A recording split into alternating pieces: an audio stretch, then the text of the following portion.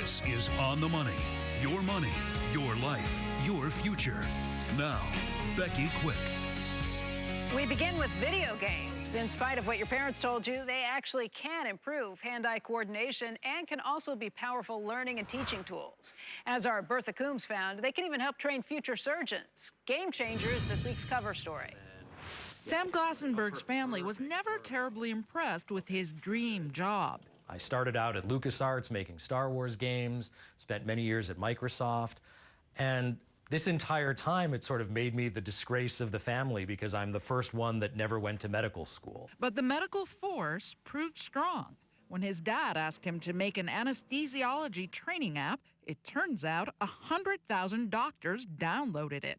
That led Sam to launch Level X, video games to train doctors on procedures ranging from intubating patients to removing cancerous polyps. They're related to hand-eye coordination and how you maneuver in a patient scenario or in a surgical scenario. For doctors, the real game changer is being able to practice and even earn education credits anywhere on their phones. The ability to use new devices in a virtual environment, in a gaming opportunity, the allowed to push the boundaries of a particular new device is not only really exciting, but I think it's the future of interventional cardiology. And maybe the future of healthcare in faraway environments like the moon and Mars.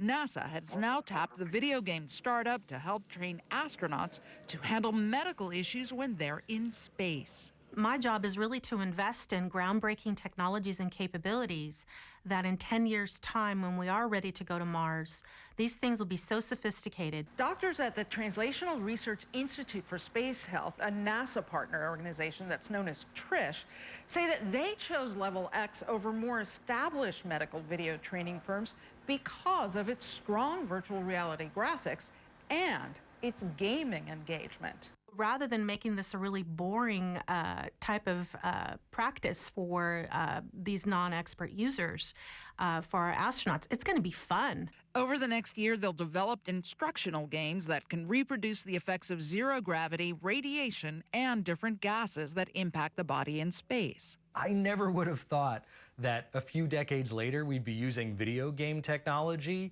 to help astronauts train for real space missions. This is one of the most exciting projects I've ever worked on in my life. Made extra sweet now that he's no longer the black sheep in the family. For On the Money, I'm Bertha Coombs. So are video games like